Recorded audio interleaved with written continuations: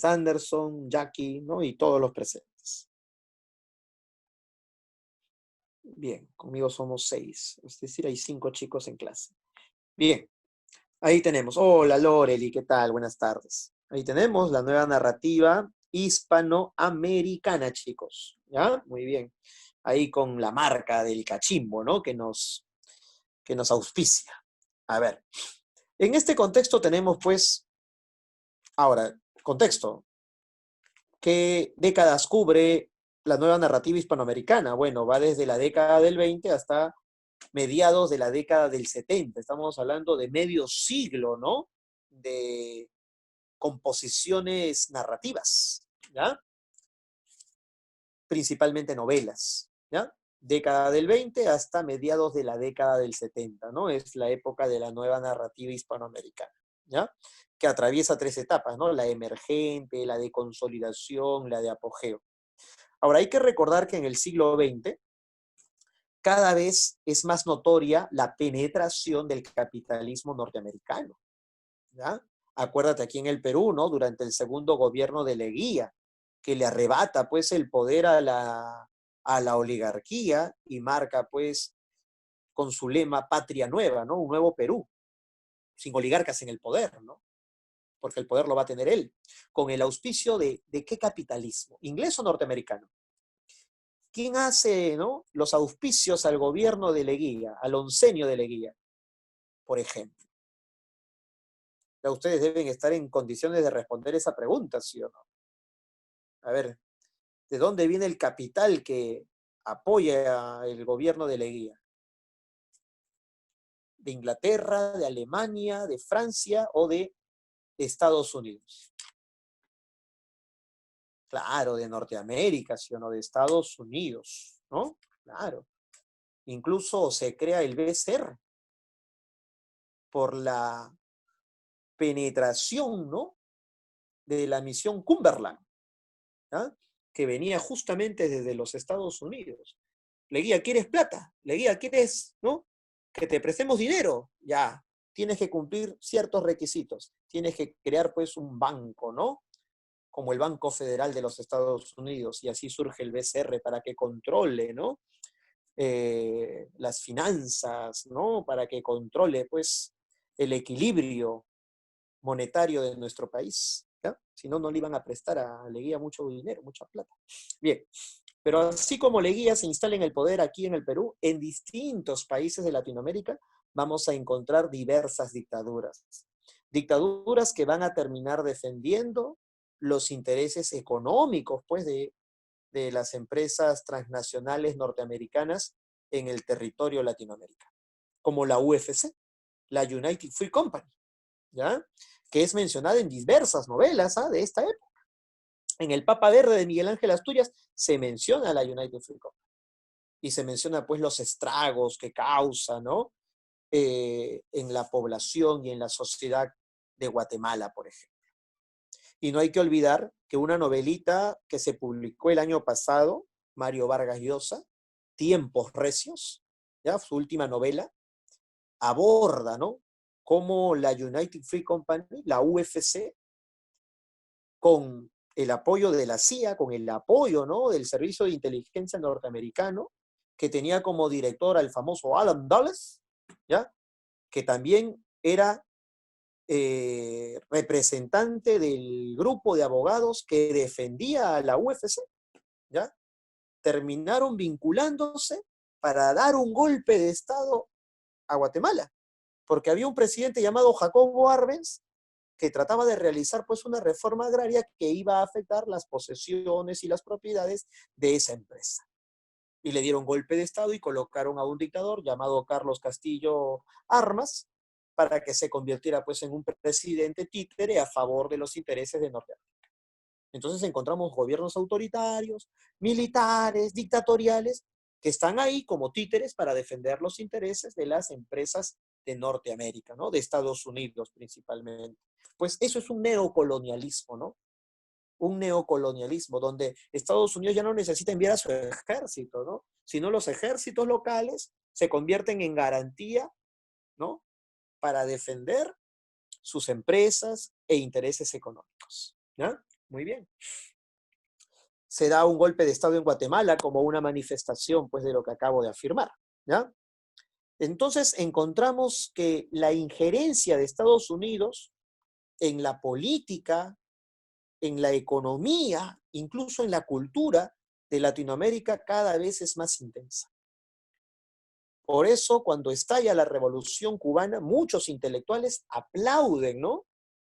El triunfo de Fidel Castro, de Camilo Cienfuegos, de Ernesto El Che Guevara, ¿no? Y sus adeptos, y sus correligionarios, porque lo consideran como un grito de libertad, como un grito de independencia frente a la injerencia de Estados Unidos. Los integrantes del BUN van a aplaudir el objetivo conquistado por Castro y compañía, ¿ya? Pero luego, pues, la Revolución Cubana, como ustedes también lo saben, por sus enormes estudios de historia, se convierte en una dictadura, ¿ya? Y algunos representantes del BUN empiezan a reclamar y a criticar, ¿no? El rumbo dictatorial que termina, pues, tomando el gobierno revolucionario cubano. Ahora, el objetivo que lograron los guerrilleros en Cuba trata de replicarse en distintos países de Latinoamérica. Surgen grupos guerrilleros que incluso reciben, ¿no?, adiestramiento militar en Cuba. Y surgen focos guerrilleros en distintos países de Latinoamérica. Por eso Estados Unidos termina financiando a diversos gobiernos dictatoriales para frenar, ¿no?, el avance de estas guerrillas de orientación socialista y comunista, que podían convertirse en una amenaza para sus intereses económicos. ¿Ya? Muy bien.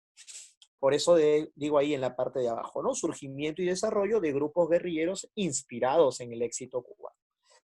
Al surgir estas dictaduras, ¿no?, represivas contra los grupos guerrilleros, ¿ya?, o grupos socialistas y comunistas, vamos a encontrar la motivación por la cual diversos escritores de esta época abordan la temática de la dictadura. Así, Miguel Ángel Asturias escribe la novela El Señor Presidente. Así, Mario Vargas Llosa termina escribiendo Conversación en la Catedral. Así, Gabriel García Márquez termina escribiendo El Otoño del Patriarca. Así, el paraguayo Augusto Roa Bastos termina escribiendo Yo el Supremo.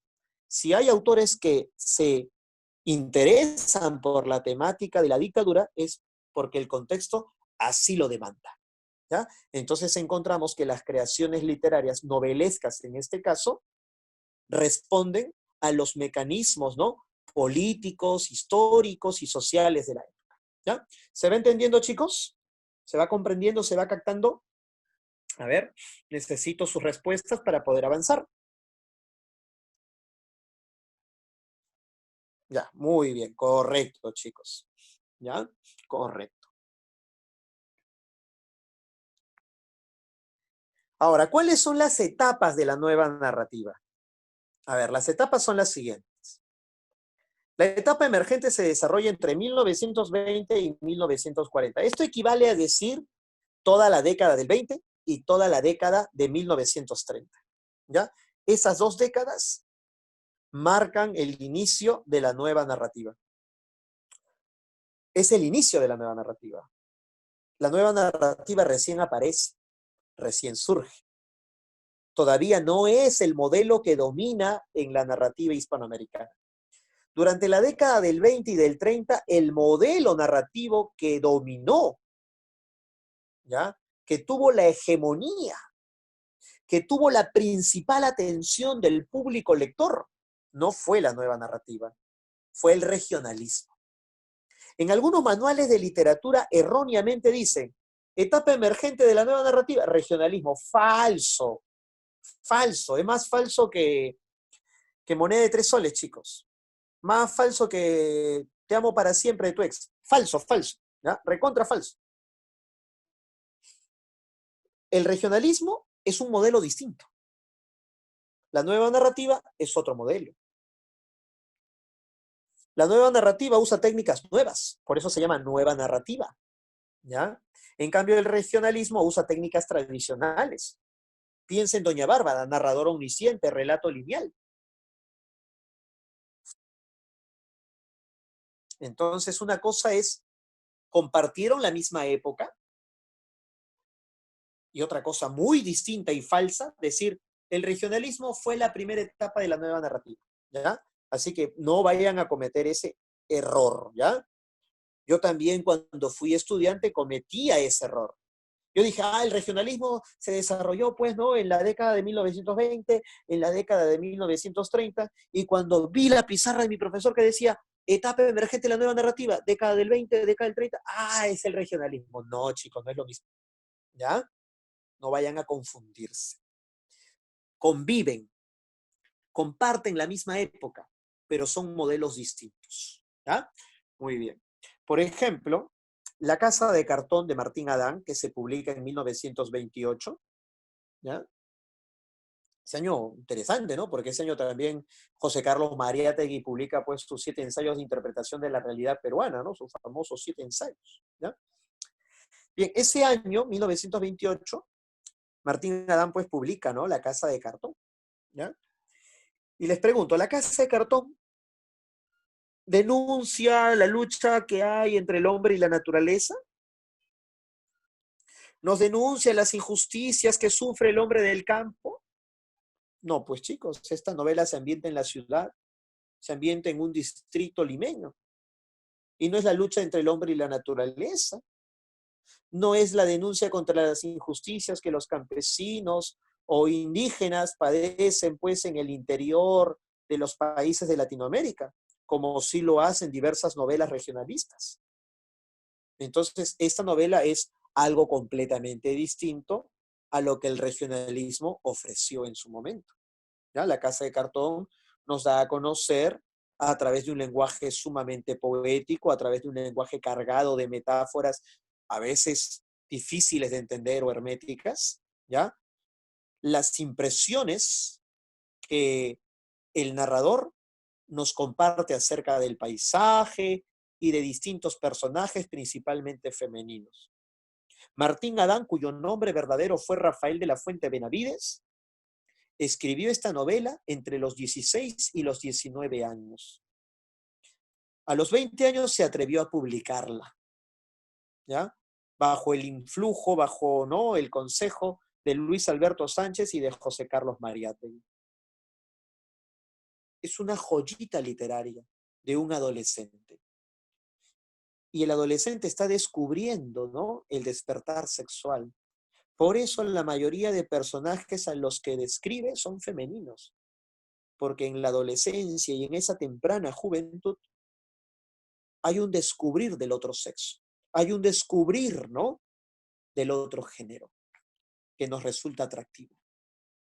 Y este adolescente, que es el que comparte sus aventuras, sus impresiones, en este texto nos habla también de sus primeros amores.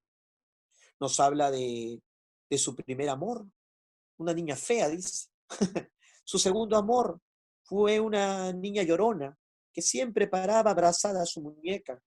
Su tercer amor fue una niña de ojos grandes y hermosos, de piernas coquetas y cocotas, o sea, que andaba con desvergüenza, o sea, que andaba con mucha sensualidad, ¿no? Su cuarto amor fue Catita. Niña Catita no, Catita. O sea, Catalina con cariño, ¿no? Catita. Una catadora de mozos, dice.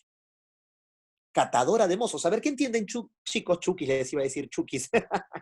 Chicos, ¿qué entienden cuando el narrador nos dice Catita era una catadora de mozos? A ver, ¿qué entienden, chicos?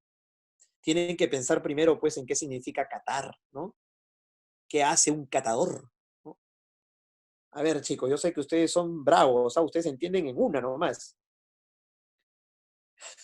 Muy bien, Lore, una experta, ¿no? Claro, una catadora de mozos, o sea que así como el catador va bebiendo, va probando diversos vinos para disfrutar, ¿no?, la calidad, ¿no?, el sabor de esas bebidas, Catita pues es una chica que prueba, ¿no?, la calidad de diversos amores, ¿ya? Por eso la llama una catadora de mozos, ¿ya?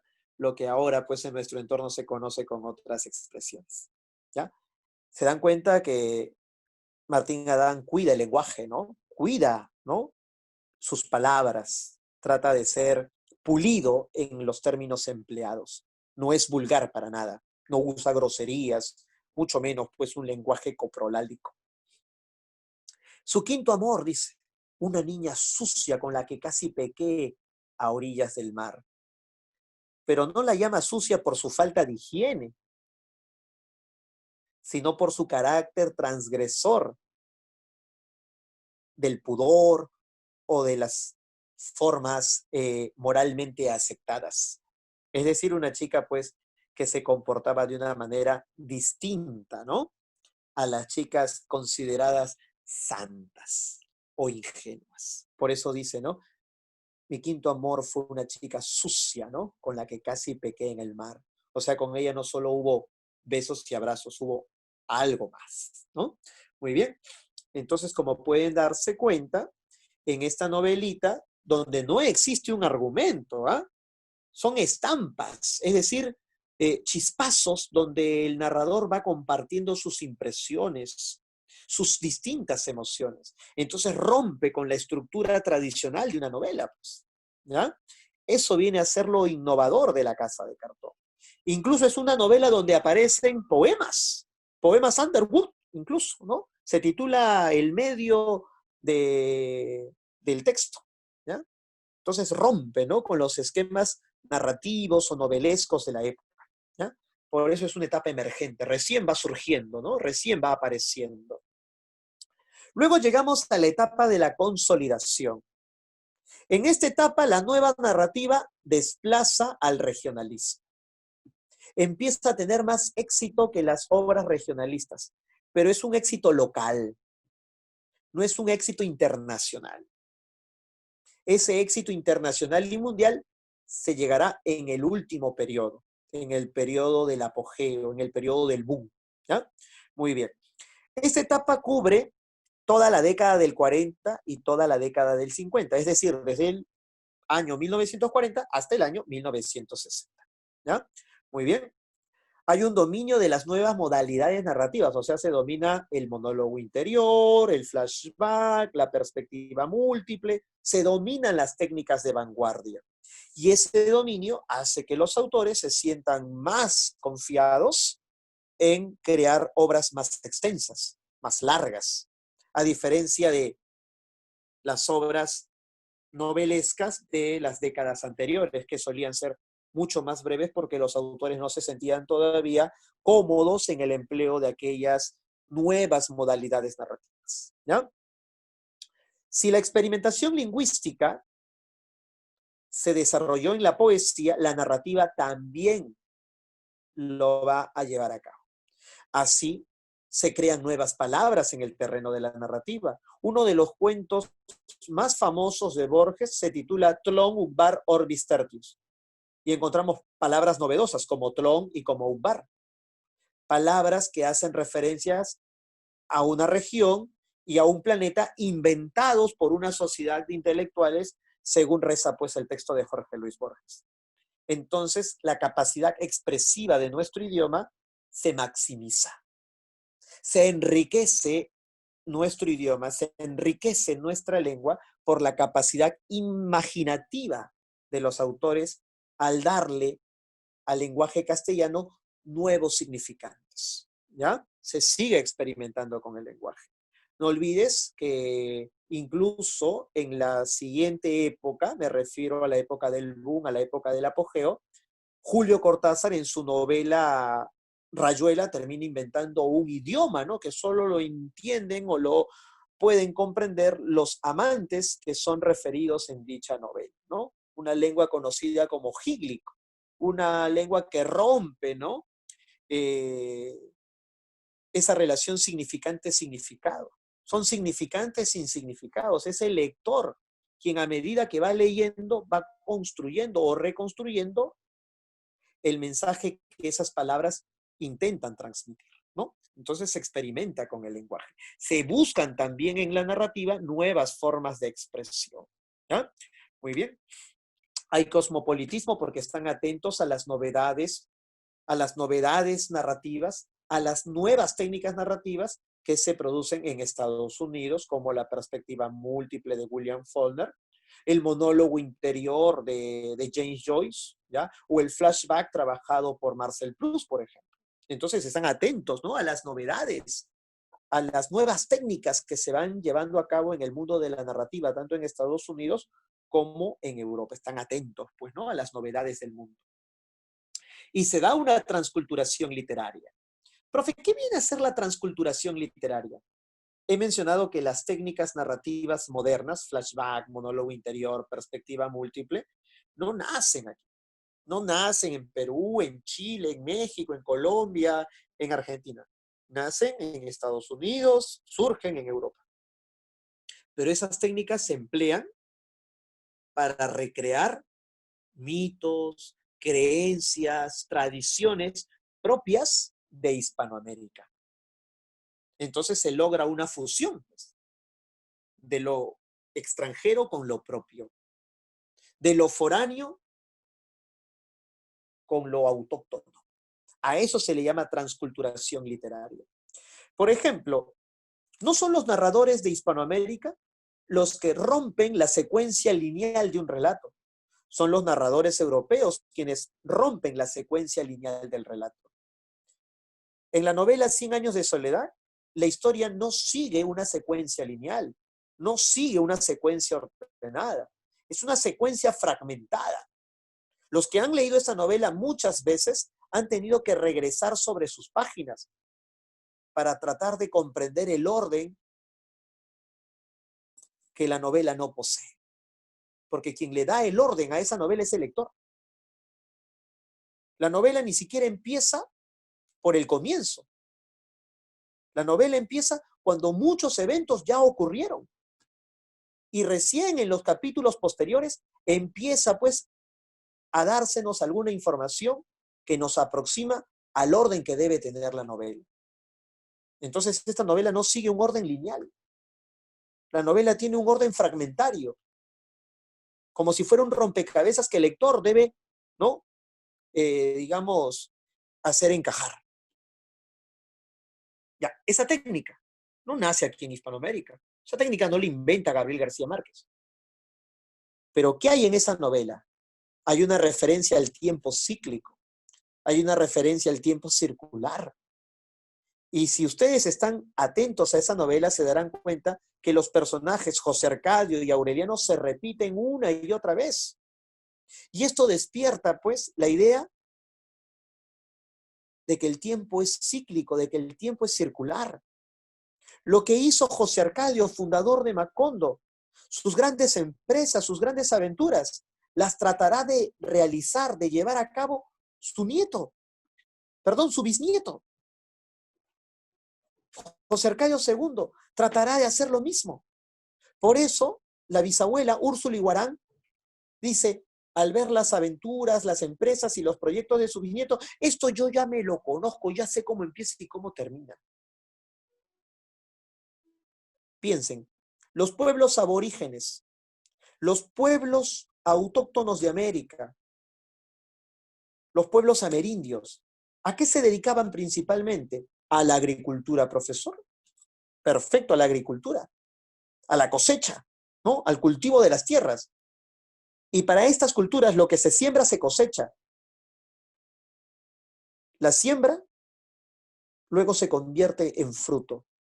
Ese fruto también nos da semillas que luego volverán a la tierra y el ciclo empieza de nuevo.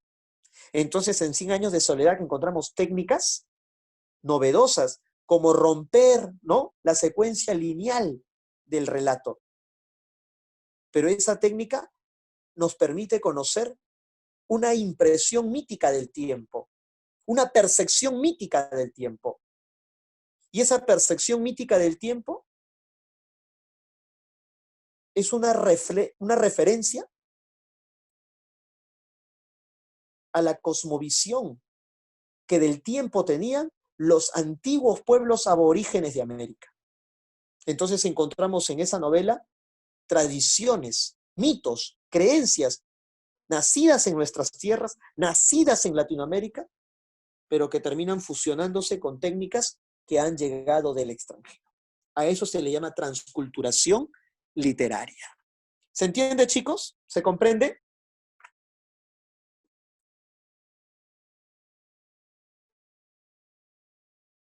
Ya, perfecto. Muy bien, muchachitos. Vamos a continuar. Ahora, en esta segunda etapa denominada de consolidación, aparece lo real maravilloso. Surge lo real maravilloso. ¿Ya? Profe, ¿qué es lo real maravilloso? Alejo Carpentier, en el prólogo de su novela El reino de este mundo, nos lo explica. Alejo Carpentier nos dice lo siguiente. En el prólogo del reino de este mundo, Alejo Carpentier señala lo siguiente. Lo maravilloso, lo insólito, se crea a través del arte surrealista. Los surrealistas crean imágenes que rompen la lógica o la coherencia con la que observamos la realidad. Ahí tenemos las pinturas de Salvador Dalí, por ejemplo. Enormes elefantes con unas piernitas largas que parecen de insecto. ¿Cómo esas piernitas largas que parecen de insecto? ¿Que parecen de una cucaracha o de un grillo? Van a soportar el enorme peso de un paquidermo como un elefante. Entonces, esa imagen que se refleja en el cuadro titulado La tentación de San Antonio de Salvador Dalí, es una imagen que parece venir de los sueños, es una imagen que deforma la realidad, que nos da una realidad un tanto ilógica o incoherente. La persistencia de la memoria es otro de los famosos cuadros surrealistas de Salvador Dalí, conocido también como los relojes blandos. Relojes de pared que parecen masas de pizza, parecen relojes que se están derritiendo. Una imagen que parece venir de los sueños, una imagen, ¿no?, que resulta ilógica. ¿Cómo los relojes se van a estar derritiendo? ¿Ya? Entonces, eso es insólito. Eso es alucinante. Pero es creado por el artista. La imaginación del artista logra crear, pues, estas realidades insólitas, asombrosas. Alejo Carpentier dice, ya, eso es el surrealismo. Pero el surrealismo en Hispanoamérica, el surrealismo en Latinoamérica, no necesita ser creado por los artistas. El surrealismo en Latinoamérica existe en lo cotidiano. El surrealismo no necesita ser inventado porque ya existe en Latinoamérica. Pónganse a pensar, ¿cuántas veces ustedes han ido al mercado y han encontrado una persona que por 5 soles dice, te leo las manos, te leo tu futuro? Mi abuelito, por ejemplo, fumaba, ¿ya?, cigarro, por si acaso, no vayan a pensar otra cosa, y con las cenizas del tabaco lo echaba en la palma de su mano y nos auguraba el futuro. Así me cuenta mi madre, porque yo no conocía a mi abuelo, pero así me cuenta mi madre, que con las cenizas del cigarro podía decirte tu futuro. Y lo que les estoy contando no es un invento. Lo que les estoy contando no es, ¿ya?, una invención. Es algo que en la comunidad del Cusco, donde mi madre vivió su infancia y su primera juventud, ocurría constantemente.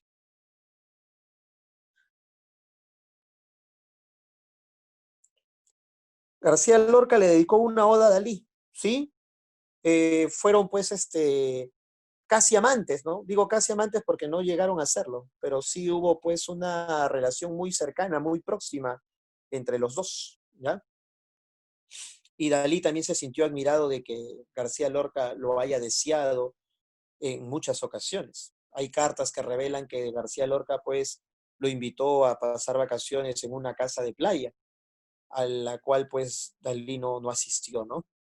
Por consejos de su amigo Luis Buñuel, que era homofóbico y que apartó a Dalí de García Lorca. Bien, bueno, regresando al asunto. Mi suegra, ¿ya? Cuando mi hijo está intenso, llora y no sabe por qué llora. Seguro lo han ojeado. Y viene con su huevo y le pasa el huevo por todo el cuerpo a mi hijo. Y como por arte de magia, al rato está tranquilo mi hijo. Y luego a mi suegra le está doliendo la cabeza. Y ella confirma que es la mala energía que ha logrado succionar a través, pues, de la pasada del huevo. Y a mí me resulta, pues, insólito, me resulta asombroso, pero es parte de la realidad. No es un invento artístico, no es un invento literario, es parte de la realidad. O sea, nuestra realidad, la realidad hispanoamericana, convive con lo mítico, convive con estas creencias ancestrales, pero que son parte de nuestra realidad. Por lo tanto, nuestra realidad es asombrosa, insólita, maravillosa.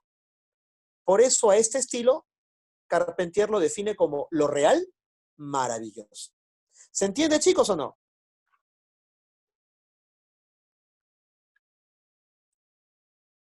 Ya, perfecto. Siempre es bueno estar preguntando. Disculpen que les pregunte a cada rato, chicos, ¿se entiende? Porque por ahí de repente alguien no entiende, ¿sí o no? Y si no entiende, hay que preguntarle, pues, oye, ¿has entendido o no has entendido?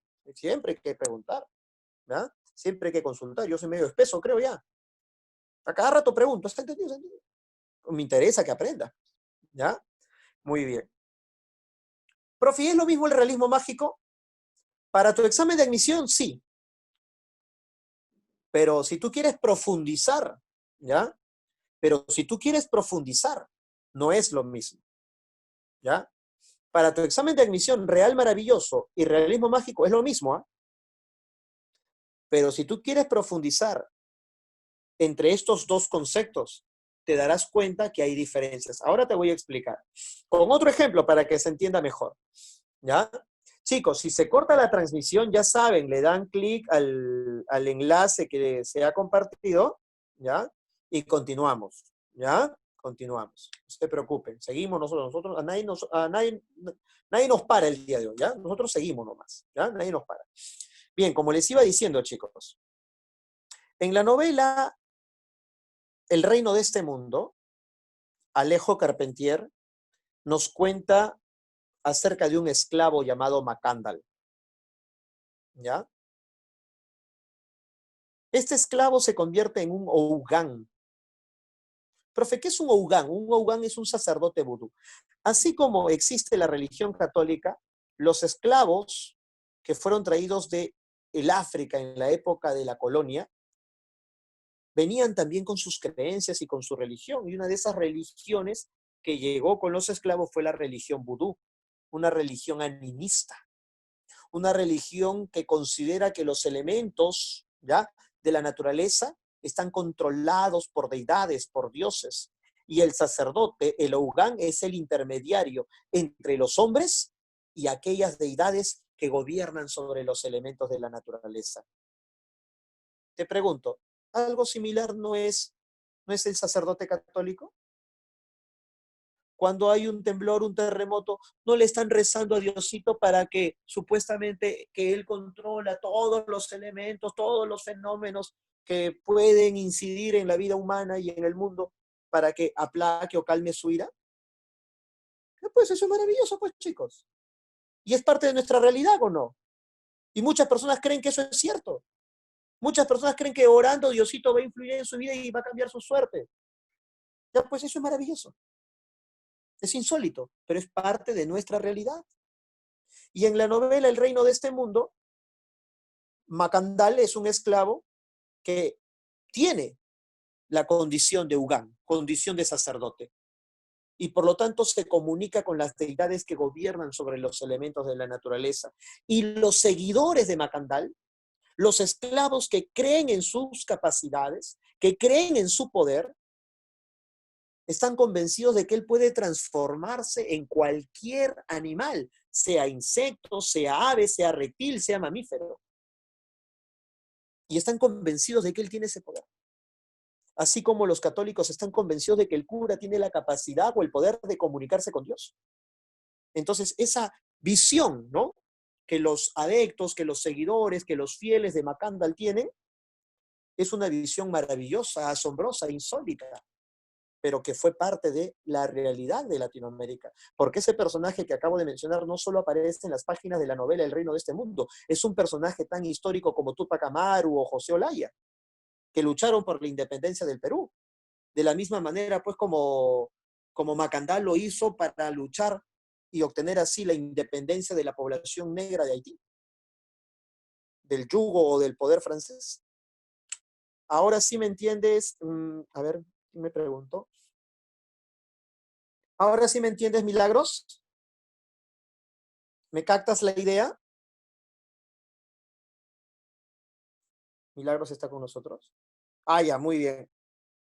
Ahora sí, ¿no, Milagros? Ya, perfecto, muy bien. Ya, eso es lo real maravilloso. O sea, la realidad de América, la realidad de Hispanoamérica, tiene elementos míticos, ¿no? Pero que forman parte de nuestro día a día, ¿ya?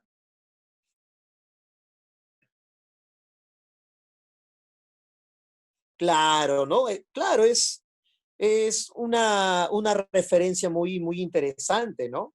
Pero ahí sería más bien mítica, ¿ya? Ahí sería más bien mítica, ¿ya? Para diferenciarla del concepto que se construye aquí en Hispanoamérica. Pero sí hay un parecido, ¿no? Porque los pobladores, pues, de la antigua Grecia estaban convencidos de que había dioses, ¿no? Que regían en su vida, ¿no? Entonces también hay una concepción. Pero aquí tenemos una definición propia, ¿no? De un escritor eh, latinoamericano como es Alejo Carpentier. ¿Ya? Muy bien. Ahora, ¿el realismo mágico es lo mismo?